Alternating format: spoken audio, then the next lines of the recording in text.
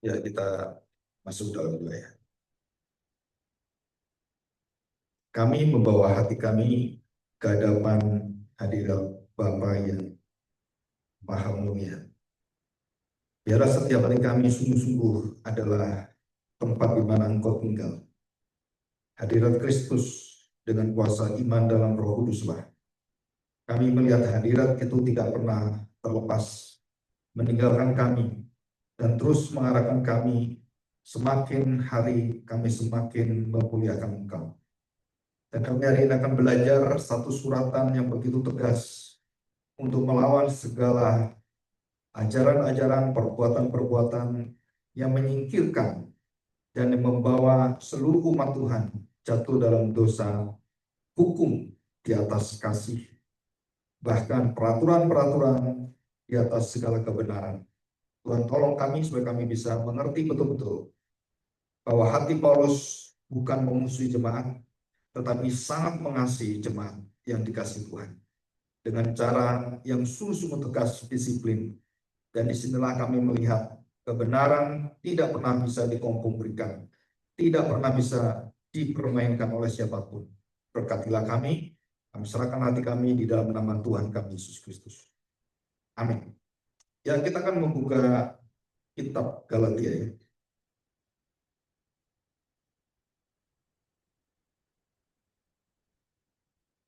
Galatia pasal yang pertama.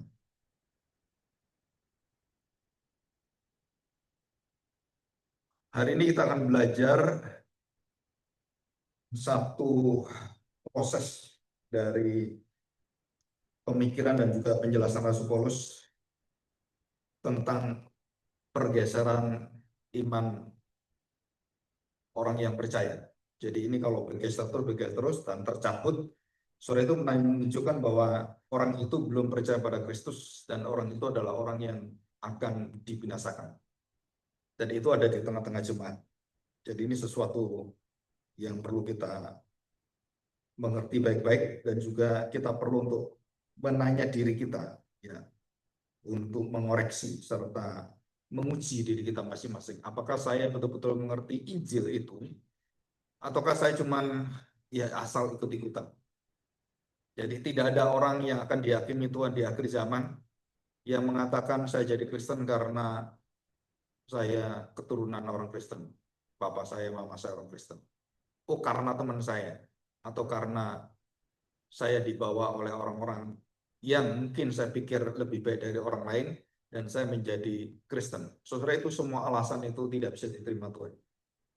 Yang diterima adalah apakah kita memiliki tanda keselamatan, darah Kristus, nyawa Kristus dalam diri kita. Jadi bukan alasan yang lain.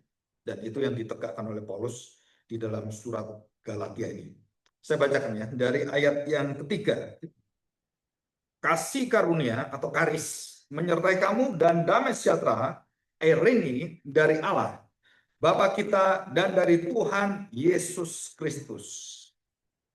Dan kemudian kasih dan damai sejahtera itu hidup dan lahir asal usulnya dari mana?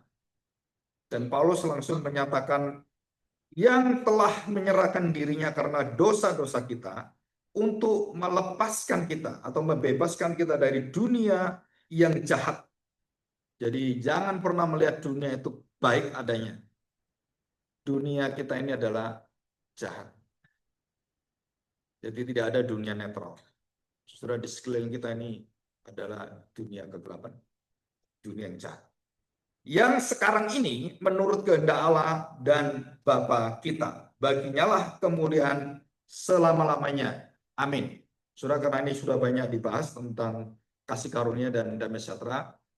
Dan nanti di perjalanan saya akan perjelas lagi dan perdalam. Saya ingin kita belajar bahwa seseorang atau jemaat bisa bertahan dalam iman itu hanya karena pengorbanan Kristus di dalam kasih karunia dan damai sejahteranya. Jadi tanpa ini tidak ada cerita yang terus dilanjutkan oleh Paulus. Jadi seluruh kitab yang ditulis atau suratan ini adalah karena damai sejahtera. Jadi Paulus tidak memusuhi jemaat, dia ingin jemaat damai sejahtera dan menikmati kasih karunia dari Tuhan, bukan membuangnya atau menghinanya. Jadi itulah yang menjadi motivasi Paulus, karena damai sejahtera dan kasih karunia Allah yang dinyatakan dalam Kristus itulah yang aku ingin jelaskan kepada kamu. Saudara, kalau kita dalam masalah-masalah hidup kita, saudara-saudara harus kembali pada akar yang akan membenahi seluruh pikiran, hati, perasaan kita supaya kembali kepada damai sejahtera dan kasih karunia Allah. Dan yang bisa mengarahkan itu adalah Roh Kudus di dalam iman yang nanti kita akan pelajari. Nah, kita akan melihat tentang ayat yang ke-6. Aku heran. Jadi Paulus itu, ya namanya manusia itu kan seringkali juga heran, gitu kan, terkejut.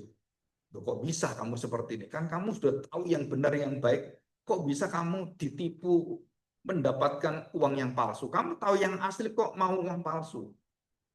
Ah, karena diiming-iming ini Pak, karena ditukar ini, akhirnya dikasih uang ini. Jadi saudara, bukan karena nggak tahu, tapi karena tahu.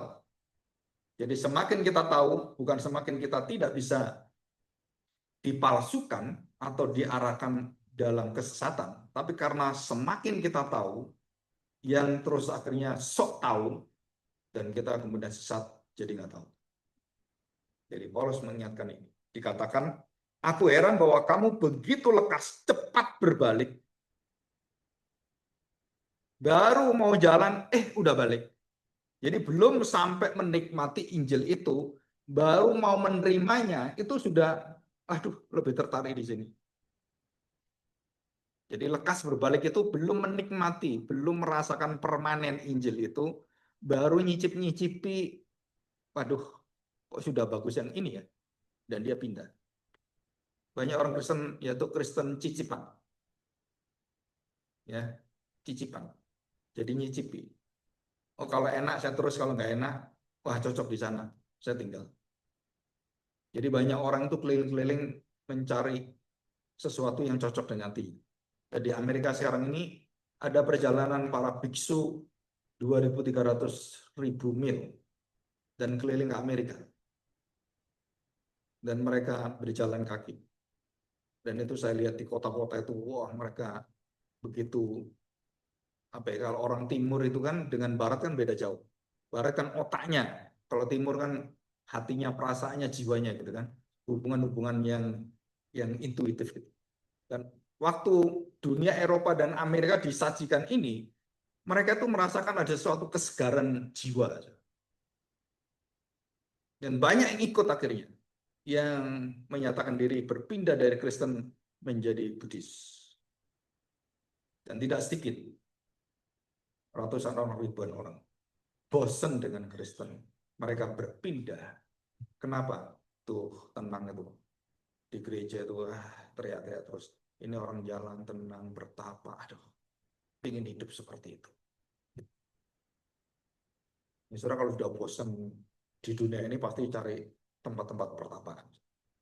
Itu sudah natur kita, yang tenang, yang indah, bertapa, udah enak di sana. Jadilah Shiva. Itu dewa-dewa itu kan di sini. Apakah kita hidup seperti itu? Alkitab mengatakan tidak. Dunia ini jahat. Dan jelas dikatakan dalam firman Tuhan. Nah, kita akan melihat. Perhatikan baik-baik. Karena engkau berbalik daripada dia, yang oleh kasih karunia Kristus telah memanggil kamu dan mengikuti suatu Injil yang lain. Jadi Injil yang lain itu bukan Injil yang sama, tetapi Injil yang lain, yang berbeda. Yang betul-betul secara kualitas tidak sama, tetapi mirip. Dan waktu diuji, itu tidak keluar nilai-nilai keasliannya. Ciri-ciri keasliannya itu enggak ada. Ya. Yang sebenarnya bukan Injil. Semua yang mengatakan Yesus adalah juru selamat, saudara, itu semua harus dites. Untuk apa ngetesnya? Saudara, kita harus dites, kamu itu percaya Yesus, benar-benar Yesus percaya atau tidak? Yesus yang mana kamu percaya? Yesus yang diterangkan oleh pendeta A, Yesus terang pendeta B, atau Yesus diterangkan oleh pendeta saya? Yang mana yang Yesus yang saya perlu pegang, yang saya percaya? Saudara, maka pendeta-pendeta ini harus menjelaskan bahwa Yesus yang saya ceritakan bukan Yesus yang saya karang sendiri, tapi Yesus yang ada di Alkitab. Jadi kalau saya salah, kamu harus balik ke Alkitab, lihat Yesus yang benar. Nah, baru pendeta ini menceritakan Yesus yang benar. Jadi kalau ini Yesus saya, oh, pendeta A, pendeta B, pendeta C gitu ya. Terus Yesus Alkitabnya mana? Nggak pernah dijelasin. Itu bukan Yesus. Itu Yesus yang diciptakan oleh gereja-gereja. Bukan Yesus yang ada di Alkitab. Kenapa? Karena ada tambahannya banyak. Dan itu dihadirkan dengan cara apa? Yaitu dengan cara menambahkan dan mengurangi. Atau dicocokkan dengan kondisi yang ada. Kalau saya bersunat, ya sunat dimasukkan. Kalau saya biasanya sembahyang 7 kali 1 minggu, ya orang Kristen menyesuaikan saya kan dari orang bukan Kristen jadi Kristen. Karena saya kebiasaan 7 kali, maka harus menyesuaikan saya dan membuat doa yang sesuai dengan saya.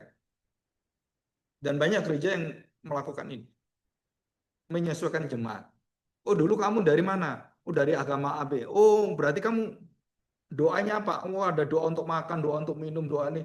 Maka dibuatkan doa-doa secara Kristen untuk makan, untuk minum, berjalan, kemudian tidur, bagaimana mau menghadap mati. Itu ada doanya semuanya. Saudara, itu bukan kekristenan. Kekristenan tidak pernah mengajar mantra-mantra doa. Tapi mengarahkan jemaat berdoa seperti yang dicontoh, iya. Tapi bukan ini loh mantranya. Kamu doakan ini sampai 1000 kali, kamu akan mendapatkan kuasanya. Ya. Jadi saya berdoa ya, 1 kali. Saya ulang 1 kali, 2 kali, 1000 kali, 100, terus dihitung.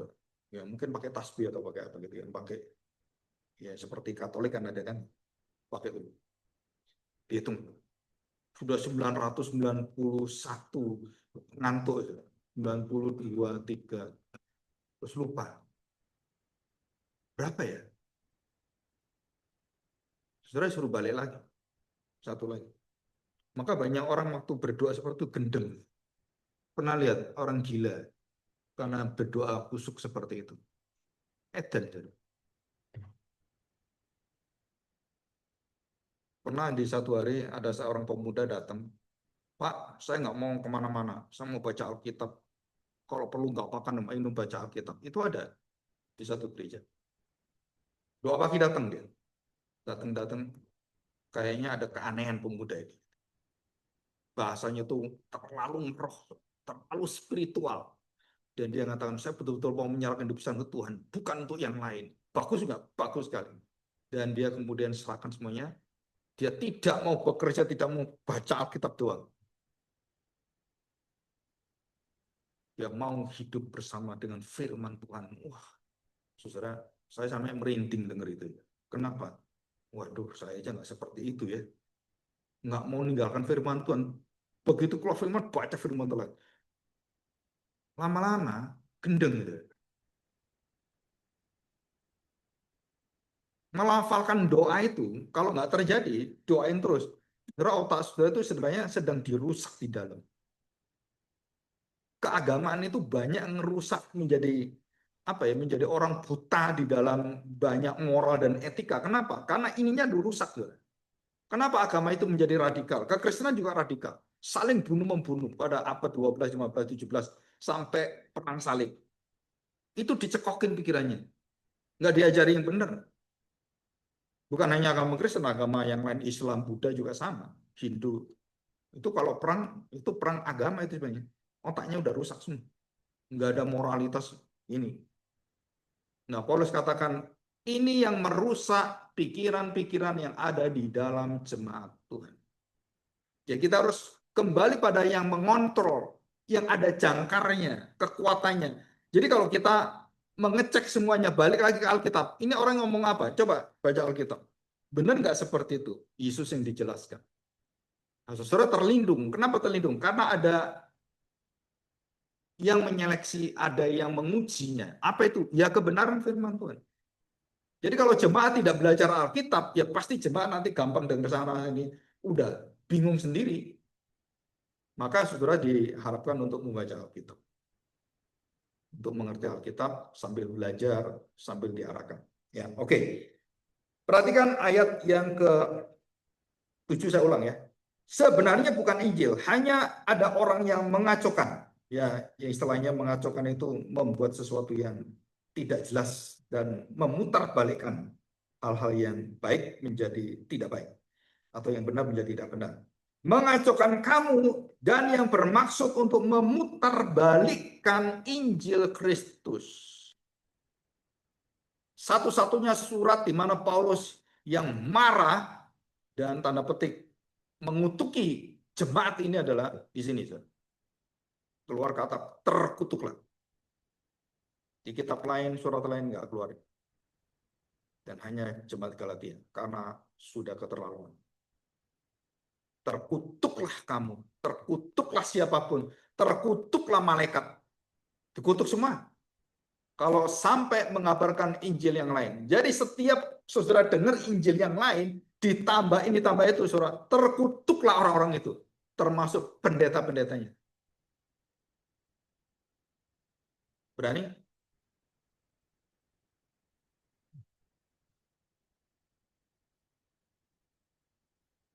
Orang kalau sudah hatinya tidak tegas dalam firman, selalu perkataan begini, aduh Musa sulit Musa. Menegakkan kebenaran itu sulit. Kita tahu kondisi kita bagaimana, berada di dalam satu gereja bagaimana, berada dalam sulit. Dan saya beritahukan, kalau seperti itu, terkutuklah. Betul. Mempermainkan Injil. Saudara, orang-orang yang memegang firman, kaum reform, kaum puritan itu bukan orang kaku, saudara. Orang yang tahu kebenaran. Bukan dia tuh nggak berperasaan, waduh ini kakunya luar biasa, terlalu dogmatis. Bukan, saudara. Engkau sedang mempermainkan kebenaran itu yang tidak boleh digoyahkan. Engkau goyahkan, marah itu orang-orang itu. Kalau goyahkan yang lain tentang bagaimana tidur itu ya bisalah berdebat. Tapi begitu kebenaran, saudara, nggak ada itu kompromi, nggak ada yang ya coba nanti saya bisa ngerti, nggak ada bisa ngerti, nggak bisa, tegas. Kenapa? Karena kita membutuhkan pangeran kebenaran, penginjil-penginjil kebenaran yang sekarang udah tambah lama tambah hilang. Semua murid saya yang ketemu saya luntur semua tuh. Semangat pelayanan penginjilan. Saya kemarin ketemu beberapa murid saya, terus saya lihat kalian udah luntur. Dan saya tanya, dikasih buku saya, buku-buku, loh kamu sudah dokter. Semakin tinggi, semakin kompromi. Buat apa? Kalau kamu memegang doktor teologi dan kamu bisa mencapai puncak akademis yang tinggi, betul nggak kamu seperti Paulus memegang kebenaran dan tidak pernah kompromi? Saudara, nanti kita suatu hari belajar tentang kekuatan ini, ya, etos Protestan, bukan di dalam dunia kerja, di dalam dunia gereja. Oh, saudara, itu paling berat itu. Penekanannya apa? Yaitu disiplin rohani. Dan itu menyakitkan. Menyakitkan diri sendiri, menyakitkan orang lain, dan menyakitkan diri kita semua. Kenapa? Karena kebenaran itu akan membedah segala penyakit kita. Dan kemudian dicabut, baru kita sembuh. Kalau nggak bisa sembuh. Kita ini banyak penyakitnya. Kalau nggak dioperasi, nggak disakiti, dan tidak ditusuk oleh Tuhan, dan dikeluarkan itu nananya, kita tetap kesakitan. Nanti jalan sedikit kesakitan. Soalnya nggak nyaman, nggak enak. Kenapa? Karena ada nananya itu. Dan harus dicoplos. Trot. Keluarin itu. Baru penyakitnya keluar. Nah, baru tenang. Nah, kita marah-marah dengan orang yang coplos-coplos itu kan. Saudara kalau kita dioperasi oleh dokter, saudara nggak bisa marah. Betul kan? Tapi kalau pendeta ngoperasi kamu, teriak-teriak kita gitu kan. Tapi kalau dokter, lebih percaya dokter gitu kan. Oh ya pasti sembuh, sembuhlah kamu gitu, dioperasi. Tapi kalau kebenaran, wah teriak dulu gitu. Kenapa? Karena dunia ini jahat. Dan tidak ada yang suka gelap itu dibuka, dalam terang itu mereka menyenangi. Nggak ada. Mereka menolak aku sebelum menolak kamu. Dan itu sudah Tuhan Yesus rasakan. Dan siapapun dalam kebenaran pasti menghadapi itu. Nggak mungkin nggak. Mau jujur, teman yang nggak jujur, ya jadi musuhmu. Main-main dengan banyak hal, ya kamu akan lihat siapa yang akan dibukakan. Dan Alkitab memberitahukan pada kita ada satu prinsip hukum rohani. Yang kamu tabur pasti kamu tuai. Yang Tuhan katakan, tabur. Kita berpikir, nggak bisa tanahnya kering. Tabur. Tuhan, bagaimana naburnya? Tanahnya nggak bisa. Tabur. Kamu nggak peduli kering. Perintah Tuhan itu taat. Jadi hukum tabur tuai itu apa? Landasannya, ketaatan. Bukan karena kelakuan. Tabur. Tanahnya kering, nggak ada air, nggak ada apa. Memang Tuhan nggak bisa datangnya air, nggak datangnya hujan. Kan Tuhan gampang. Bukan perkara itu, bukan perkara ini bisa atau enggak, bagaimana? Bukan. Kamu taat enggak itu loh. Kita ini selalu berantem dengan Tuhan soal itu. Berdebat dengan Tuhan itu walaupun tidak langsung gitu ya. Tapi tingkah laku itu kita itu berdebat dengan Tuhan. Kalau bahasa kasarnya memberontak pada Tuhan. Ya, oke. Tetapi sekalipun kami atau seorang malaikat dari surga yang memberitakan kepada kamu suatu Injil yang berbeda dengan Injil yang kami beritakan kepadamu, terkutuklah dia. Anatema. Nah ini kita bahas. Satu persatu kita bahas ya nanti ya. Seperti yang telah kami katakan dahulu, sekarang ku katakan sekali lagi. Jadi sudah diajarkan Paulus, jangan sampai kamu pindah pada Injil lain. Tidak boleh kamu tambahkan, tidak boleh kamu kurang, tidak boleh dikompromikan. Sudah aku beritahukan. Kok kamu melakukan itu? Berarti sengaja. Karena sengaja Paulus marah. Sengaja menentang, sengaja tahu kebenaran, sengaja ditabrak. Saudara, itu merusak sistem nilai-nilai kerajaan Allah. Dan dikatakan ini seperti yang telah kami beritakan. Dan sekarang ini ku katakan sekali lagi, jikalau ada orang memberitakan kepadamu suatu Injil yang berbeda, yang lain daripada penjelasan yang saya berikan, yang sudah diajarkan dengan apa yang telah kamu terima, terkutuklah dia. Anatema itu ada 3. Ya. Apotema, apotasis, atau kemurtatan. Kemudian anatema. Terus metatesis. Jadi ada meta, anak, dan apo. Itu semua bahasa Yunani. Semua punya arti. Dan kedalamannya dalam Alkitab itu punya makna semua. Tapi ini ada prosesnya. Jadi kalau kita lihat dikatakan di sini, ya saya bacakan ayat yang ke-10. Jadi bagaimana sekarang? Adakah ku cari kesukaan manusia atau kesukaan Allah? Nah ini minggu depan saya khusus membahas ini. Adakah ku coba berkenan pada manusia? Sekiranya aku masih mau mencoba berkenan pada manusia, maka aku bukan hamba Kristus. Aku bukan rasul. Aku bukan pendeta. Gugur seluruh panggilan itu. Ini pertaruhan kerasulan, pertaruhan kehambaan Paulus. Jadi di mana pertaruhannya? Injil itu murni nggak kamu beritakan. Kalau kamu nggak pernah beritakan, kamu bukan hamba Kristus. Kamu beritakan cuma motivasi kata-kata. Oh itu banyak sudah di konten-konten YouTube, Instagram semuanya. Nah, kita lihat apakah itu adalah hamba Kristus. Jawabannya bukan. Ya, oke, kita akan belajar ini dari etimologi. Nah, saudara, semangat Paulus yang berapi-api itu ada dua hal. Yang pertama adalah mencari orang supaya menerima kasih karunia, dan yang kedua adalah memarahi orang yang keluar dari kasih karunia. Itu semangat Paulus. Yang satu semangat mencari, yang satu semangat untuk memelihara, mau keluar. Wah, dia itu rasanya, aku ini sudah kerja seperti melayani, kamu seperti ini.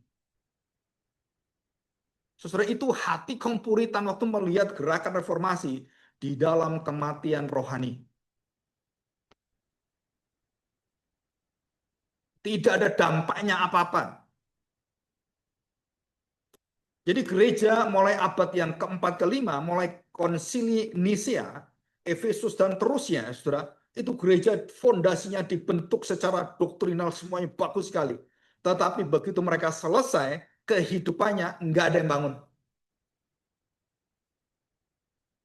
Rusaknya luar biasa, 1000 tahun. Gereja di dalam kegelapan. Dari abad 45 sampai abad 13-14. Dan tumbuhlah Tuhan menerbitkan orang seperti John Wycliffe, John Huss, akhirnya Martin Luther, termasuk John the Ark. Ada yang tahu? Orang-orang yang baby boomers tahu, yang Gen Z nggak ada yang tahu. Apalagi generasi Alpha yang nggak mau belajar. John the Ark, yang mati dibunuh, seorang wanita menegakkan imannya, dibakar hidup-hidup. Setelah lewat puluhan tahun dan diperiksa, dia mengaku kebenaran, kenapa difitnah dan akhirnya dibakar. Akhirnya gereja Roma Katolik minta maaf dan dijadikan Santa John.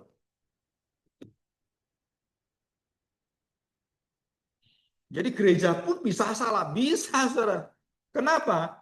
Karena fitnah dan hoax itu lebih banyak didengar daripada kebenaran. Kenapa? Ya karena mau kebenaran. Dipelajari, diselidiki. Apa yang dipertahankan John Dark itu? Wih, kebenaran firman Tuhan, dia benar ini. Tapi dia seorang wanita, dia melawan pimpinan. Nggak peduli. Dan Tuhan pakai dia. Mempermalukan gereja. Apa itu orang-orang di atas pinter-pinter itu sekali berkardinal uskup, seperti itu kurang pinter? Itu orang pinter hebat, saudara. Tapi Tuhan pakai seorang jemaat namanya John the Ark. Seorang gadis masih muda yang berapi-api dalam kebenaran, melawan itu semuanya. Itu gereja apa? Gereja dalam spirit reformasi. Mati. Spirit dogmatis. Mati.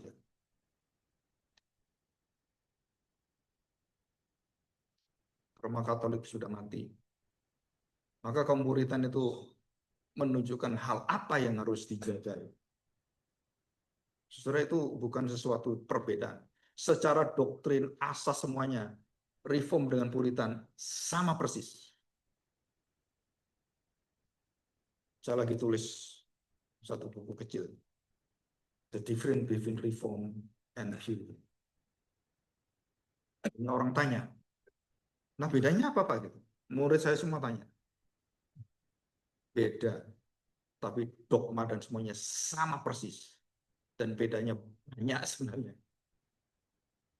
Banyak sekali bedanya. Dari mana tahu bedanya? Dari lifestyle dari kaum Puritan. Itu budaya mereka. Dan orang menggali ini adalah Joel Beeke, Profesor Mark, dan semuanya.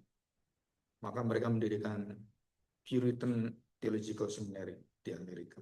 Karena ingin menggali ini. Dan dekat dengan Westminster. Karena mereka semua lulusan Westminster.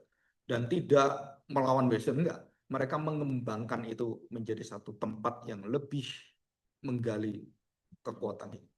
Dan saya dengarkan ada 2 orang Indonesia sekolah di sana. Nanti lulus ke Indonesia, semoga bisa menerapkan spirit Puritan. Ya, kita berdoa saja. Nah, saudara perhatikan. Jadi waktu kita melihat ada satu hal yang penting yang dikatakan, saudara, yang pertama adalah istilah ketidaksetiaan atau apostasis. Aku heran kamu begitu lekas berbalik. Ini ya. Aku heran kamu lepas atau lekas berbalik. Dikatakan metatiteste atau metatitemi dalam bentuk kalimat kata kerja. Saudara, dari dia yang begitu indah, begitu meyakinkan, kok bisa kamu pindah dan kamu lepas? Saudara katakan meta. Apa arti dari meta itu adalah memindahkan kamu dari tempat yang seharusnya kamu ada, dimetakan, metaverse. Kita berada di universe yang kita nikmati sekarang ini, kemudian kita dipindahkan pada verse yang lain, universe yang lain, dan kita dipindahkan. Jadi Mark Zuckerberg waktu mengatakan tentang launching metaverse dan termasuk ada virtual game itu, saudara, kita dimasuk ke dunia yang baru, yang bukan dunia kita lihat, tapi dunia metaverse itu, yang jauh lebih besar dari universe yang ada. Yaitu apa? Dunia maya. Dunia maya itu jauh lebih besar karena itu daya jangkauan pikiran manusia jauh lebih besar dari seluruh alam semesta ini. Yaitu digarap oleh Mark Zuckerberg. Sampai kemudian bisa ada teknologi-teknologi yang baru.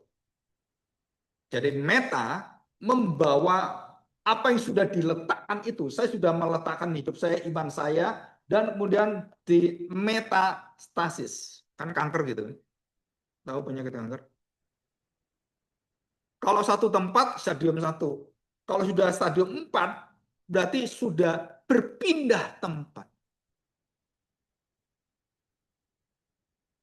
Kanker rahim, kemudian jadi kanker paru-paru, pindah. Itu namanya sudah stadium 4. Sama seperti Injil. Begitu Injil yang benar itu kemudian dimetastatiskan dan diperluaskan supaya bisa diterima, supaya bisa ya orang-orang itu bisa kemudian menerima ibadah kita, Pak, supaya ibadah kita diterima anak-anak muda, kita metastatiskan. Supaya bisa diterima, kita ubahkan ke ibadah yang konyol, yang tradisional, yang cuman angguk-angguk itu, ke ibadah yang penuh dengan warna-warni, penuh dengan musik yang luar biasa, dan di situ akhirnya menjadi ibadah yang lain. Apakah itu ibadah Alkitab? Jawabannya tidak.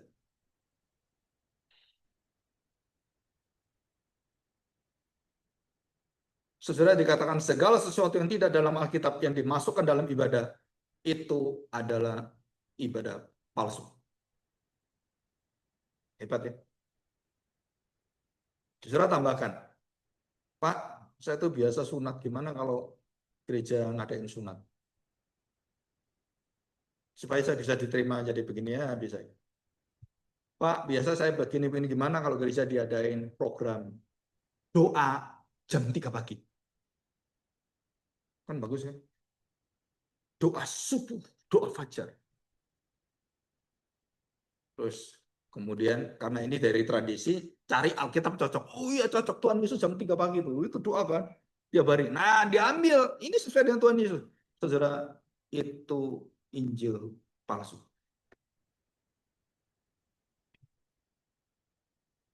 Setiap program yang datang dari luar dan kemudian mengambil Alkitab untuk mencocokkan programnya, saudara, itu dikatakan oleh Paulus, terkutuklah kamu.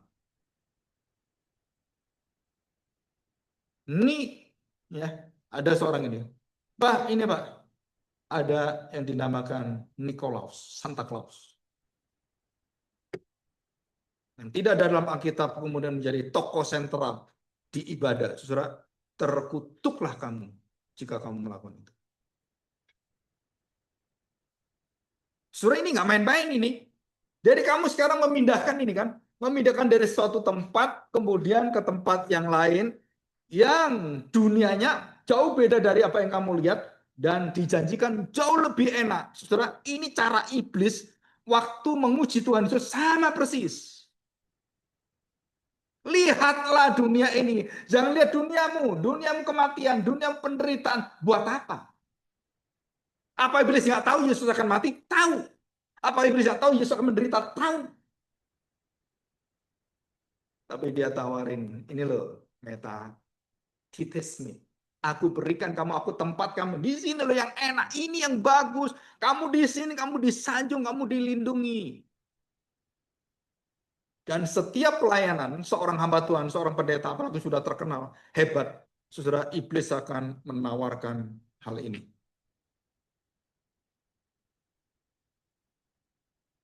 Dan secara nggak sadar, hamba-hamba Tuhan ini, Daud, Salomo, jatuh. Dan tidak ada satu yang berhasil keluar dari sana. Satu pun tidak ada. Dan termasuk pendeta-pendeta besar. Saya cengar melihat kejatuhan pendeta-pendeta yang luar biasa, luar biasa. Lupa diri. Lupa janji pada Tuhan. Lupa kemuliaan Tuhan. Kamu akan dihormati, kamu ditaruh di atas. Dan secara tidak sadar, itu bukan tempatmu, itu tempat saya. Saya tanya, waktu Tuhan Yesus ditawari di tempat-tempat kerajaan tertinggi dan dia di tempat yang tertinggi, itu artinya apa? Allah jadi iblis, iblis jadi Allah. Betul kan? Itu metastasis itu. Perpindahan itu. Pergeseran. Kamu di sini, saya di sana, saya di sini, kamu di sana. Kamu jadi iblis, saya jadi Allah. Kamu Allah jadi iblis. Menjadi seperti Allah. Kapan manusia menjadi seperti Allah? Waktu makan buah tahu yang baik dan yang jahat. Dan waktu dia memberikan penilaian hidupnya atas baik dan jahat berdasarkan apa? Diri saya. Itu terkutuklah kamu. Manusia jadi terkutuk karena di situ. Menjadi seperti Allah. Menentukan baik dan benar dari saya. Salah, gelap dari saya. Bukan dari Tuhan. Jadi buah itu bukan cuma buah yang dirasakan enak, bukan, saudara.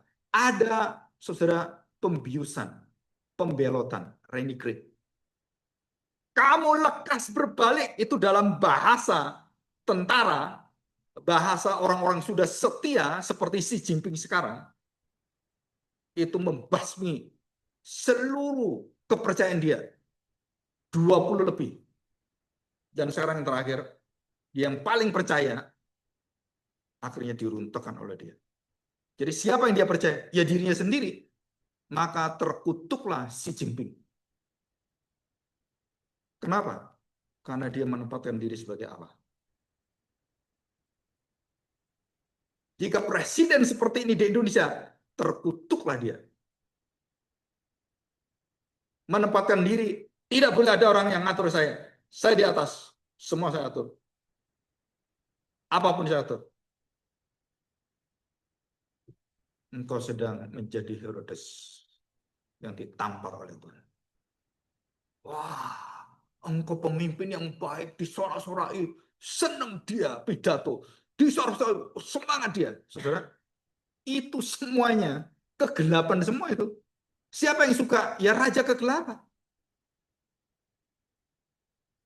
Dan Paulus katakan, terkutuklah siapapun dia, mau Petrus, mau Lukas, mau Yakobus, mau Yohanes. Paulus katakan, terkutuklah dia jika dia mengajar Injil yang lain.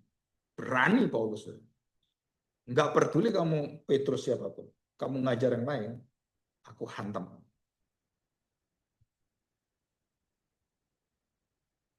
Dua minggu lalu saya pernah singgung sedikit.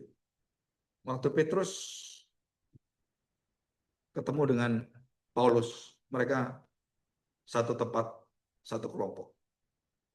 Tapi begitu Judaizer yang baru datang, kelompok dari Yakobus, kelompok orang bersunat datang, Petrus berdiri dan kemudian pindah tempat, metatistisme, ke tempat di mana orang bersunat itu ada. Dan saudara perhatikan, Petrus bukan tidak tahu, Petrus sudah mendapatkan visi, dia harus makan binatang-binatang haram dari Tuhan. Dia diminta, nggak bisa Tuhan, dari kecil aku nggak bisa makan babi. Oh, babi itu enak, sate babi enak. Nggak bisa. Melihat saja udah. Apalagi bau. Disuruh makan, Tuhan yang suruh itu. Yang diharamkan Tuhan itu haram, dihalalkan Tuhan halal. Ini halal, makan. Tahu kan dia tidak boleh menghina bangsa kafir, bangsa lain, bangsa yang tidak bersunat. Tapi dari tindakan dia sedang menuju kemurtatan. Dan Paulus mengingatkan dosa menuju pada maut. Dan Petrus ditegur, kenapa? Kalau kamu lakukan ini, kamu menuju apostatisme, apostasi.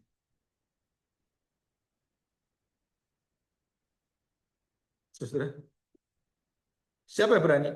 Paulus.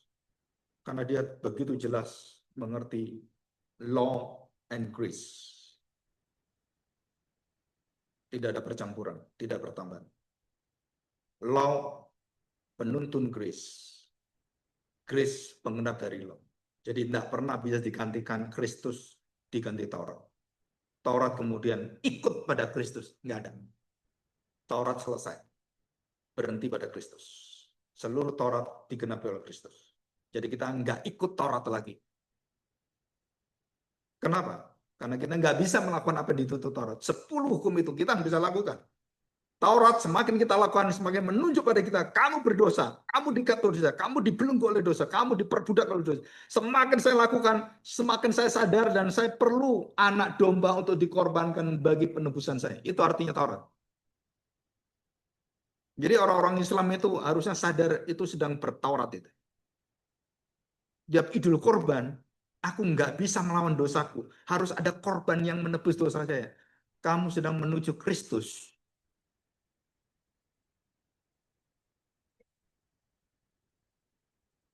Anak domba Allah. Nah, saudara, dari perkara ini, Petrus kalau tidak disadarkan dari metatasis, dia menjadi apotitisme, apotemi atau apostasi. Murtad. Jadi tadi meta, saya pindah dari sini kemudian ke sini. Betul kan?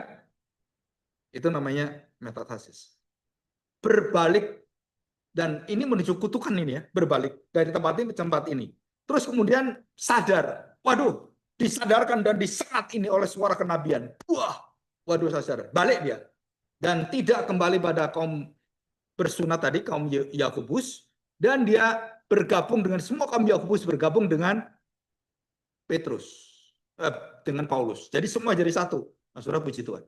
Terjadi satu reversal teologi.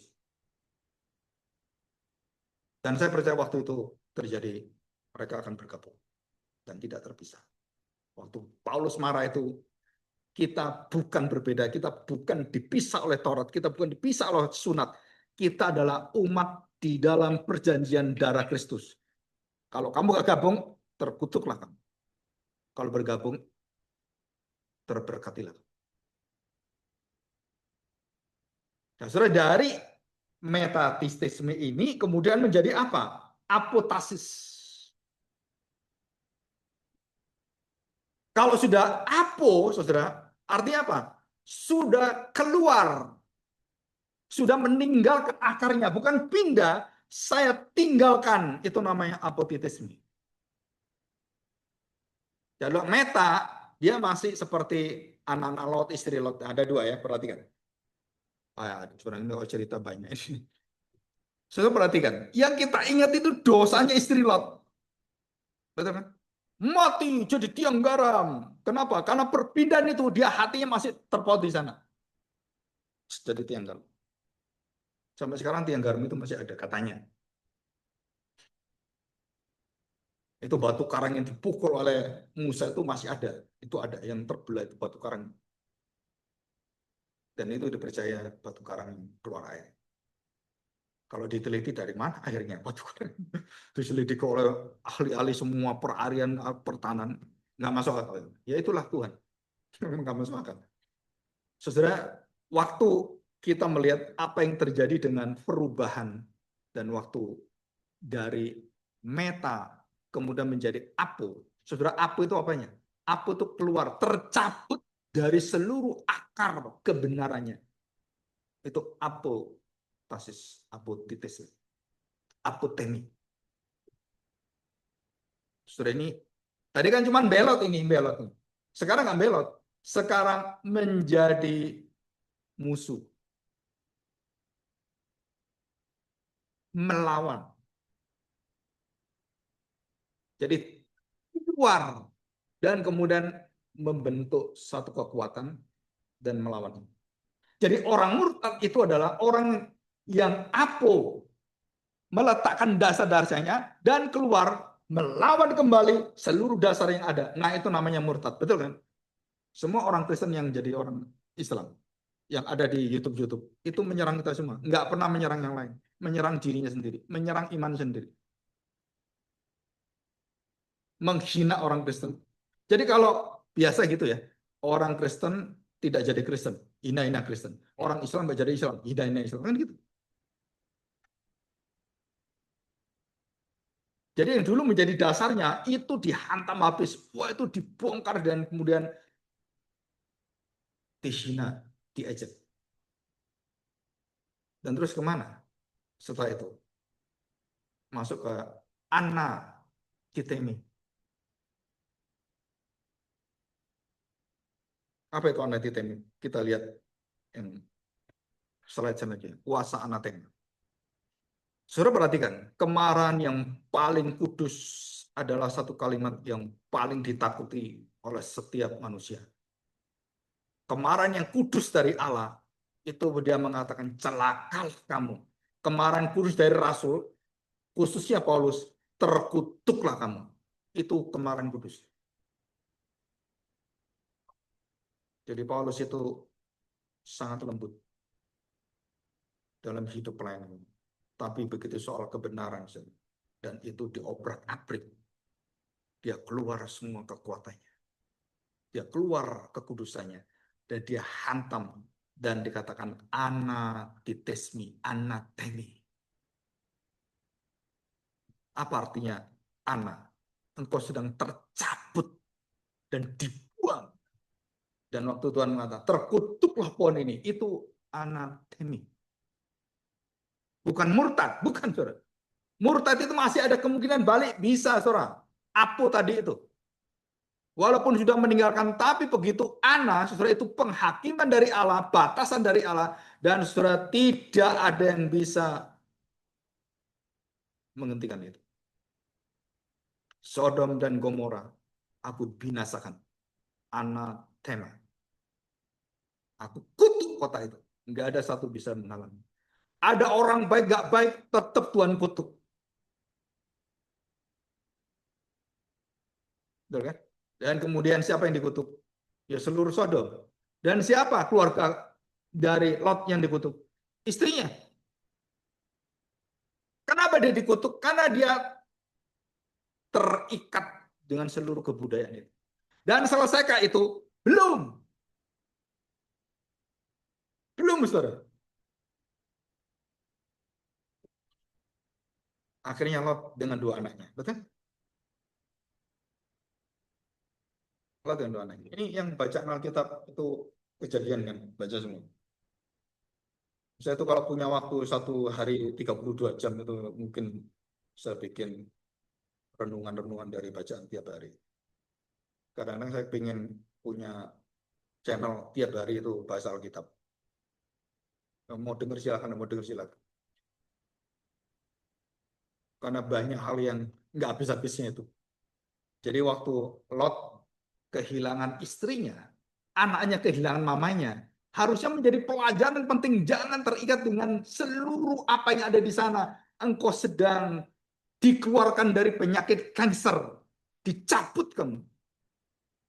Dan semua dibasmi. Saudara, tidak hilang. Dan kebudayaan yang rusak itu, yang jatuh dalam dosa itu menyelinap masuk dalam jiwa dan hati anak-anak Allah. Dan mereka tidak dikuduskan oleh Tuhan. Nah, ini hebatnya kaum Puritan. Waktu membongkar ayat ini, saudara. Saudara, tulisan daripada John Owen, Thomas Goodwin, dan yang lain. Itu bagus sekali. Setiap dosa dalam hidupmu yang tidak dibereskan, itu menjadi cikal bakal kejatuhan daripada masa depan. Jadi artinya apa? Jangan main-main dengan Tuhan, dengan dosa. Dosa apapun. Apalagi dosa seksual. Saya kemarin lagi konseling satu orang. Kalau engkau pernah jatuh dalam dosa seksual dan kamu sudah berkeluarga, pasti akan jatuh lagi. Kenapa? Saudara, itu salah satu dosa yang dikatakan Tuhan Yesus yang bisa menghancurkan keluarga, pernikahan. Dosa yang lain tidak dikatakan Tuhan. Tapi jika kamu berzina, di mana pintu berzina? Hubungan yang diizinkan dari seluruh kekudusan. Jatuh. Dan keluarga yang pernah melakukan itu semuanya, laki atau perempuannya, pasti akan banyak jerat dari iblis dan jatuh. Dan itu terjadi dengan siapa? Dengan anak-anak Lot yang perempuan. Wah, kita gimana? Kita kawin dengan siapa? Terus kita ini di tengah-tengah padang belantara. Masa kawin dengan kambing? Kan kita manusia. Lihat siapa laki-laki. Dilihat nggak ada kecuali bapaknya. Betul kan? Mulailah berpikir mereka. Kedua anak ini kemudian berdiskusi biologis. Berdiskusi sosiologis. Tidak teologis. Dan mereka setuju untuk apa? Menghampiri papanya. Berhubungan dengan papanya.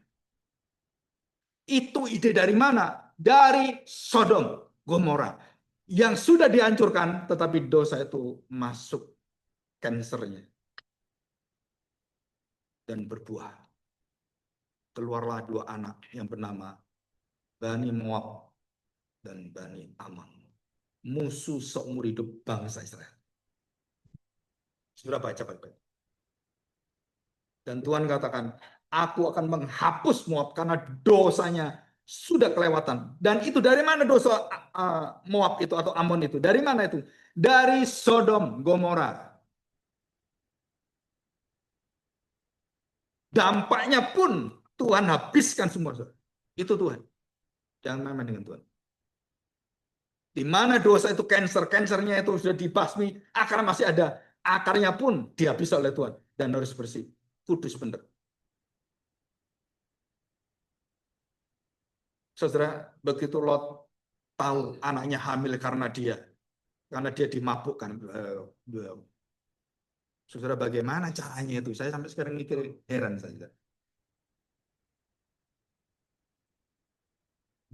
Bagaimana caranya dua perempuan ini bisa membuat Lot itu kemudian menggagahi mereka? Saudara, salah satu seorang psikolog, Pak Paul Gunadi. Saudara, mereka memakai teknik Sodom Gomora membuat ayahnya akhirnya birahi. Ini kerusakan semua, saudara. Saudara, ini bukan cuma saya cerita soal anak Lot, bukan. Ini juga Injil sama, saudara. Dibuat seperti itu oleh jemaat Galatia dan oleh tokoh-tokoh itu. Dan dikawinkan seperti anak Lot. Terkutuklah kamu jika kamu mengawinkan Injil dengan cara-cara seperti itu, dengan sunat dan semuanya. Terkutuklah kamu. Nah, siapa berani bicara seperti ini? Karena kita tahu ada kekuatan kegelapan itu yang merusak seluruh kekudusan gereja. Dan Paulus berdiri, dia tabrak itu semua.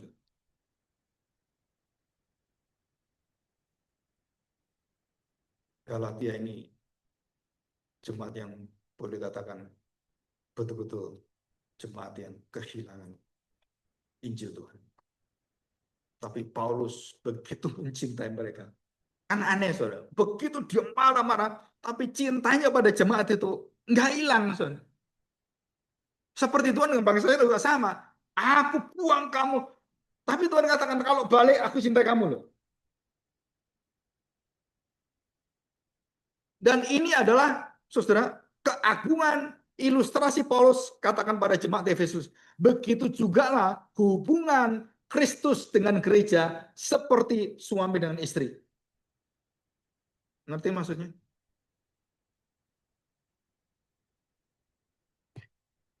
Bisa menerima dosa itu, tapi dengan harapan kamu balik. Aku terima kamu. Kamu balik, aku terima kamu. Hosea melakukan itu sampai tiga kali punya melacur. Tuhan katakan, terimalah dia seperti aku menerima bangsa Israel. Jadi artinya apa, saudara? Sehebat-hebatnya Tuhan itu marah, Tuhan tidak pernah membuang kasih setianya. Itu artinya kekuatan di dalam keluarga Kristen. Kekuatan gereja Tuhan. Kekuatan hidup kita. Jangan pernah melihat orang tidak ada harapan. Enggak ada, saudara. Saudara, itu yang bisa melihat Tuhan, bukan kita. Tapi yang kita hadapi adalah selalu ada harapan. Berapa kali aku mengampuni? 7 kali secara agama? Bukan. 70 kali 7 kali. Artinya apa, saudara? Dilipatkan 10 kali lipat, saudara. Arti 10 kali lipat adalah kegenapan dari Tuhan. Bukan dari caramu, bukan dari tindakan. 7 kali, 7 kali, bukan. Saudara. Tapi di 10 kalikan oleh Tuhan. Dan dikalikan 7 kali lagi. Itu sempurna. Artinya kalau Tuhan terima, kamu terima. Kalau Tuhan tidak terima, selesai. Maka dikatakan anatema, Tuhan memberitahukan, terkutuklah kamu, saudara. Maka segala dosa yang dilakukan oleh anak daripada Lot, saudara, itu akhirnya dibasmi oleh Tuhan. Orang seperti ini tidak boleh ada yang hidup. Berapa keturunan? Berapa ratus tahun? Hampir 700 tahun. Setelah Lot itu, sampai bangsa Moab dibinasakan Tuhan. Itu Tuhan tunggu 700 tahun. Dan jangan lupa, ada satu orang yang mendapatkan belas kasihan Tuhan, kemurahan Tuhan, yang adalah orang Moab. Siapa?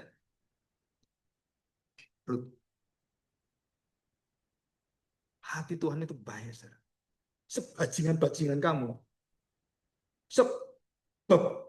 bebal, bejat gitu kan. Dan Tuhan letakkan Rut sebagai tempat nenek moyang Kristus dari Nuh.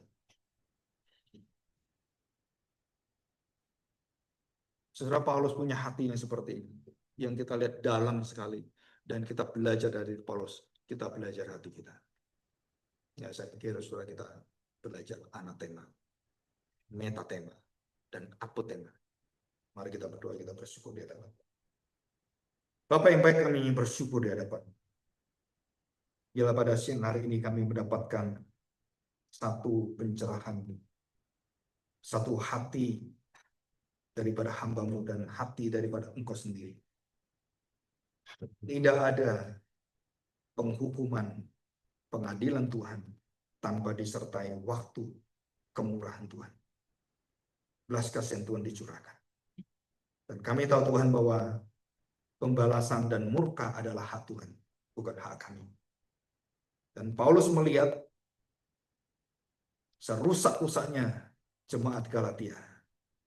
Dia melihat damai sejahtera, kasih karunia, tidak pernah tinggalkan gereja Tuhan.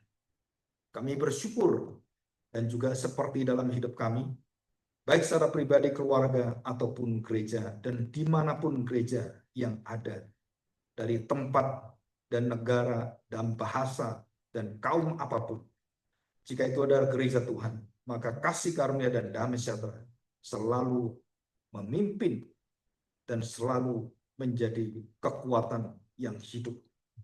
Dan kami serahkan hati kami, Bapa. Kami bersyukur Engkau berkati kami semua. Di dalam nama Tuhan Yesus kami serahkan doa kami. Amin. Saya serahkan pada Liturgus.